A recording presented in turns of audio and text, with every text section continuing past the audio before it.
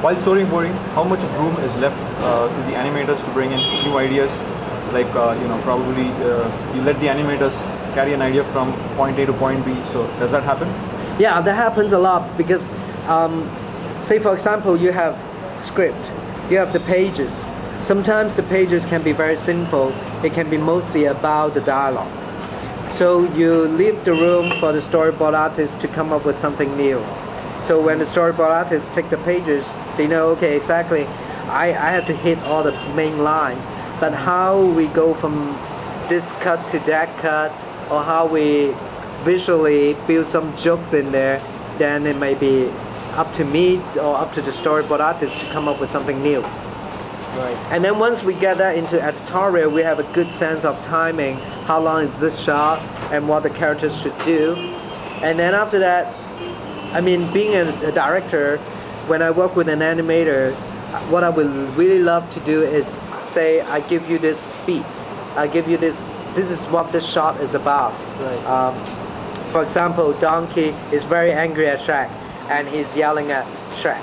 So I give you the shot, and when the animator work on it, how you act out the emotions of the character, and sometimes a lot of the funny little things that works in with all these characters is what's the little details you put in, or sometimes a little reaction, or even a facial expression, like something like that you can put in to make the characters really alive. Right. And have fun.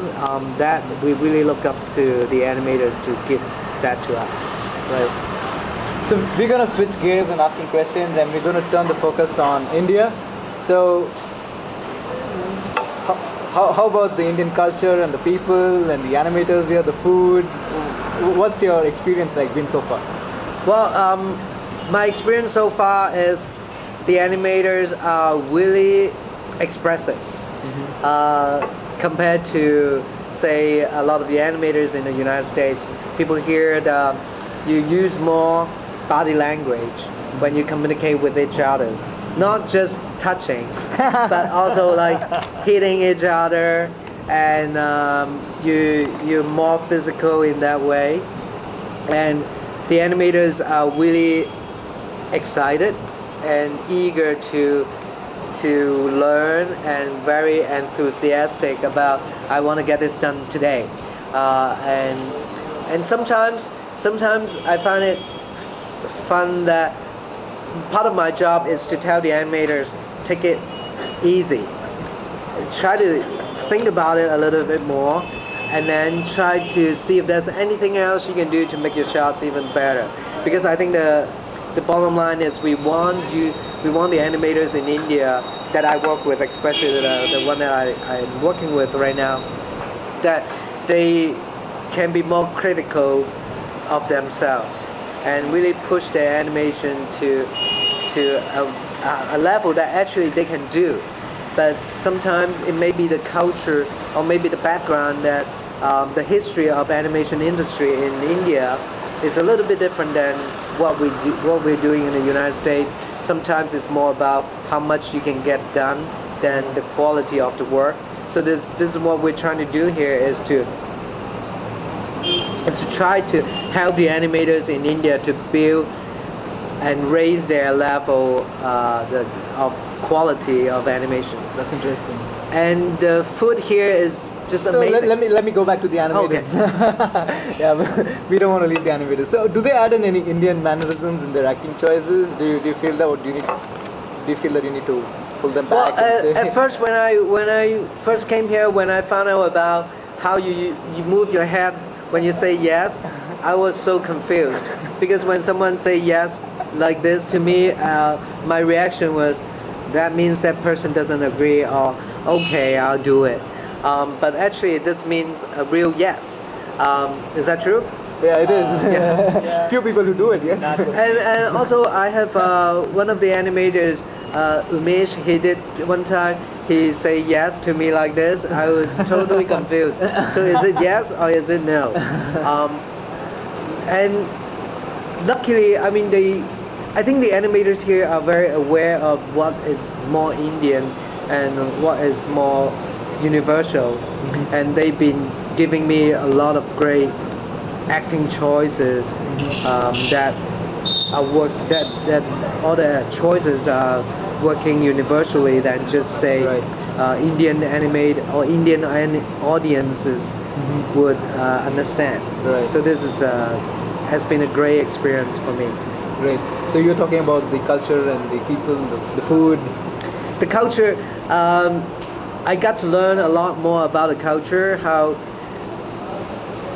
Indian individuals are very family oriented. How you spend, like one of the animators we have at work, he's living with his father, mother, his grandfather, and his grandmother. So it's a very close, tight, family oriented culture, and we really appreciate that, and I think and respect that too. I think this is amazing because if you go to United States, it's a very different culture. You move out when you're 18, and you don't see your parents every weekend or every day. And also, I'm learning a lot about how to eat in India with my hand. It's still tricky because I can eat a roti, I can eat a paratha with hand, but I cannot be able to eat like Sumit. He's amazing. When he uses his hand, he can eat rice with gravy and masala. Have you tried it? I tried it once, and the weird thing for me was after I tried it first, because being Chinese, we were taught to eat with chopsticks, so we don't really touch the food that much. So touching the bread, okay, I can understand that's easier, but touching the rice, it was really weird because I never did that before. So now I really finally feel the texture of rice when I touch with my hand. And then after I use my hand to eat it with some masala with rice, even after I washed it 3 times after I ate it, the whole day I can still smell the food in my hand. Right. But then now I was told that in India you don't smell your fingers, so that might be something I have to learn. Right. That's interesting. But how about do you wake up to your morning Indian tea, or do you wake up to some Indian dance music on television? What do you do when you wake up? When I wake up, I usually wake up to my little alarm cell phone. Okay. Time is 7:45. Time to wake up. 7:45. Time to wake up. I don't wake up to Hindi music yet. Okay. Maybe later. I'm still staying in a hotel right now. Okay. So most of my breakfast, sometimes I got a dosa, but most of the time I get a bowl of cereal and some croissants or some bread.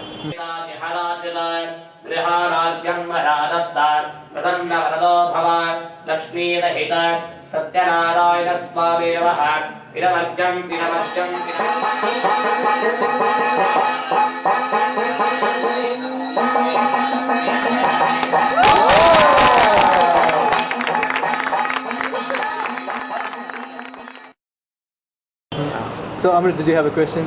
Did you watch any of the Hindi movies? I try to watch a Hindi movie, but most of the Hindi movies I saw on TV, they don't have subtitles. So I watched a little bit. Sometimes I guess what's going on. It can be easy to get. Sometimes it's easier to guess when they are very expressive, because when they do the acting, they tend to have a little bit more bigger body gestures.